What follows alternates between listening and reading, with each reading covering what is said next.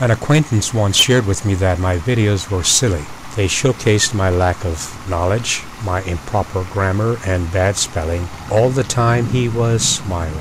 My ego was bruised, of course, but not my resolve to keep making silly videos. I suggested to him that perhaps his solution would be to not watch my videos, but instead to create his own videos highlighting his brilliance. Sarcasm is not my strong suit, so I might have bombed there too. Here's my point. No one person can ever please everyone all the time. Therefore, a creation should reflect the creator's desires, the creator's skill, not the audience's approval. I do have friends, however. I have true friends. How I feel about them is undeniable. How they feel about me, well, you're going to have to ask them. I cannot get into their minds. But I trust them, I love them, I enjoy being in their company, and my friendship of them is secured. My friend, the cardiologist, gives me a bear hug each and every time we meet on the golf course. My other golfer buddies are not acquaintances, they are friends in the truest sense of the word. My other friend, who is a girl, she knows who she is, on giving me a bear hug propels me into the stratosphere each and every time. Her 8 seconds of contact lasts and lasts and lasts. I have a friend who is so creative that he picks up a piece of wood, and that wood becomes a part of a bridge which is over a pond that includes waterfalls in a backyard that is the most amazing work of art you will ever see. I love being in his company. Another very special friend is an attorney, a statesman, a photographer, a writer. This man I've known for about 40 years, yet I never get tired of reading his writings and being in his company.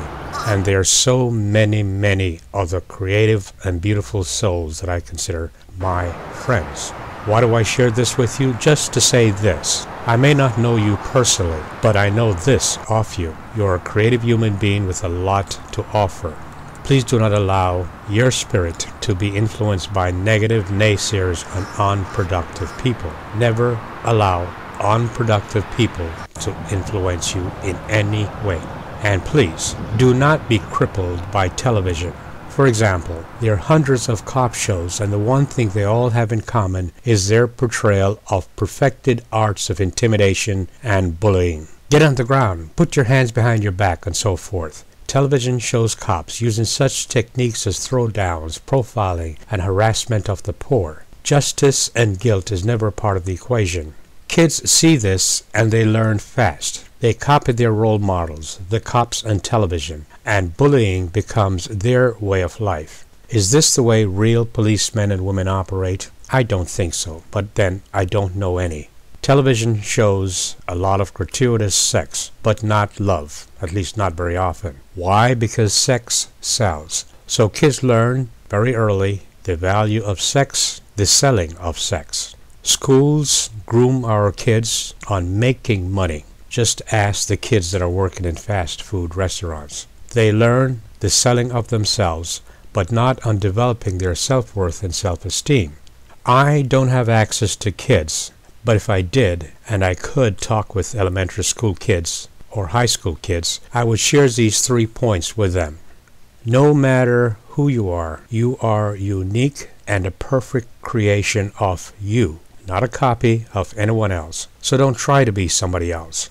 Make it a primary quest to discover who you are. Self-discovery is the most important quest of your life. Then, to be true to that discovery is your life's mission. You are a special and unique individual and not a copy of anyone. Yes, I know I've said this before, but I will always say this. Some things are worth repeating. And my 3rd point is to be creative. Find your unique bliss, what makes you happy, because happiness is the purpose of being alive. Once you find your bliss, once you recognize that you are unique and special, then you should pursue it. Pursue your bliss for yourself and be creative.